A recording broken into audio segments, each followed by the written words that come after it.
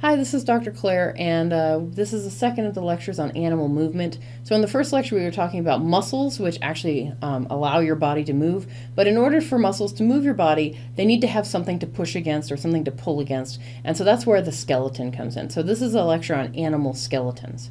Now, you're probably thinking of your own skeleton or maybe your pet dog skeleton or a snake skeleton, but there are other skeletons in the animal kingdom that are not quite the same as ours. So, for example, some animals have what are called hydrostatic skeletons. Basically, they are a sack of water, and they can control the pressure of that water to move their bodies. So they have muscles lining the sack of water, and kind of like if you've ever squished a balloon full of water, when you squish in one place, the water moves to another place, and so they can actually use that water pressure to control the movement of their body. So one example is sea anemones that have longitudinal and circular muscles, and they can contract those muscles to change their shape. So if you've ever poked a sea anemone, you may know they're sitting there like this, and you poke them and they kind of scrunch up like this. They don't like to be poked. So when they do that, what's happening is that they are contracting those muscles. They're releasing some of the water from their hydrostatic skeleton, and it's allowing them to scrunch up into a little ball. It allows them to change their shape. They can also use that to stretch out if they're looking for food, or to become more squat if there's a lot of water turbulence and things like that. So they can control their shape through controlling that water. Another animal that uses a hydrostatic skeleton is actually an earthworm.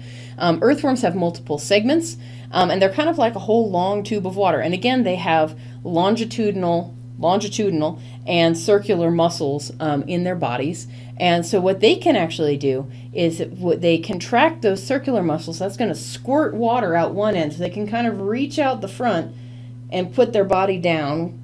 They've got little hairs on the underside of their body, and then they can contract those longitudinal muscles and pull their body along using the little hairs on the ground to do that. And then they can contract their circular muscles again and squish out the front again, and so they can kind of move along like a little inchworm and make progress through their environment. So that's how they're able to move around. Okay? But not all animals use hydrostatic skeletons. Some animals have what are called exoskeletons. These are skeletons on the outside of the body. A lot of times the exoskeleton is largely used for protection. So if you think of something like a clam, they're not doing a whole lot of movement with their skeleton. That exoskeleton of the clam is mostly protecting the soft, fleshy body of the critter. Same thing goes for something like a chambered nautilus here. That's mostly for protection. But an insect actually does have muscles that connect to the inside of its exoskeleton and can allow it to do things like drive those legs down and jump away from predators, so they can actually use their exoskeleton for movement as well. All right.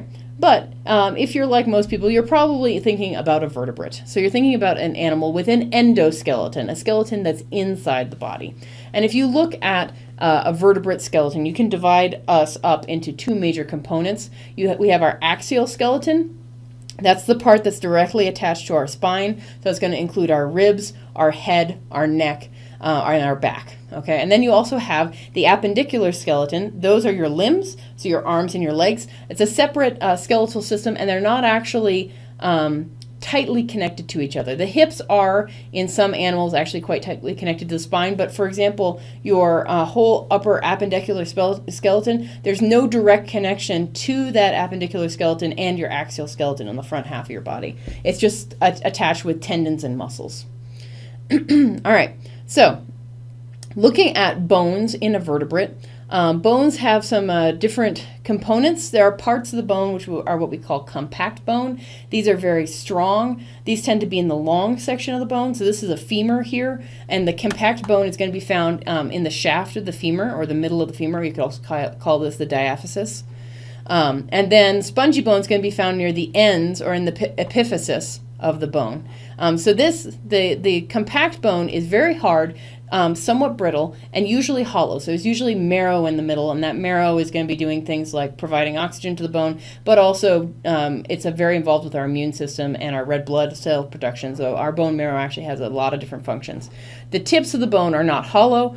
It says spongy, but it's actually not soft per se. It's actually just got, it's slightly less dense than the marrow section, but it's still quite strong. Okay? So when you look at bones, those are some of the different parts. Of course, in our skeletons, also really important are the tendons and ligaments. So tendons connect muscle to bone. So wherever you have a muscle that is moving a bone, somewhere there is a ligament that is connecting that muscle. So for example, when I do this, I'm contracting this muscle right here to move this bone right there. So I contract this muscle, I pull this bone in, and that's what's happening there. So there's a ligament there is a tendon that's connecting that muscle to that bone. Ligaments connect bones to other bones. So in your hands, for example, as in this picture, you have many, many ligaments that are keeping your bones in their position in the hands, because you don't want them all wobbling around and flopping about. That's not good. So you want them to be pretty tightly connected. And same goes for all the millions of little bones in your wrist. There's a lot of ligaments in there that are binding one bone to another bone. Okay. Now, where those are actually connected can have an effect on the function of the whole system. So, for example, where the tendon actually connects the bone to the muscle can have an effect on the function of that muscle. So, if you connect to the muscle very close to the end of the bone, like here in this example of a cheetah, then a very small contraction of that muscle will move that bone a very long way. And so what that means is that you can, by contracting the muscle, you can move that leg very quickly. The trade-off there is that it's not very strong. There's a lot of there's not as much of a lever for the muscle to work on, and so you can't apply as much force, but you can move it very, very rapidly. So animals that need to move fast tend to have tendon connections close to the end of the bone. That's what we call proximal, close to the end of the bone.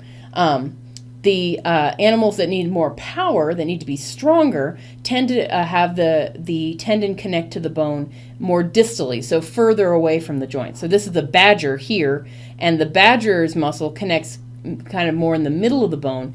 So when a small contraction moves this bone a small amount rather than a large amount, and but is able to exert more force. So a badger needs a stronger muscle for digging, and so as the badger digs, it has to have a strong contraction to be able to move that dirt. So it's trading off the speed for increased strength. So you can either have speed or you can have strength. It's really hard to have both at the same time. That's the lecture on the skeleton. Catch you next time.